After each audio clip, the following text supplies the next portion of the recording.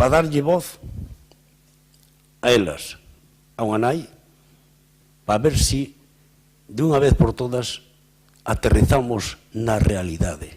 El lunes empezarán las obras del nuevo edificio Gallas, que abrirá en 2021, para el cual se adjudican casi 15 millones de euros.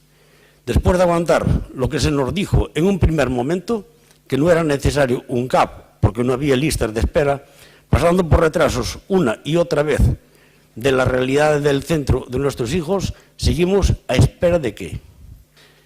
Mirad qué prisa se dan para otro Gallas. Y mientras nuestros hijos en unidades psiquiátricas, porque no hay sitios adecuados para ellos.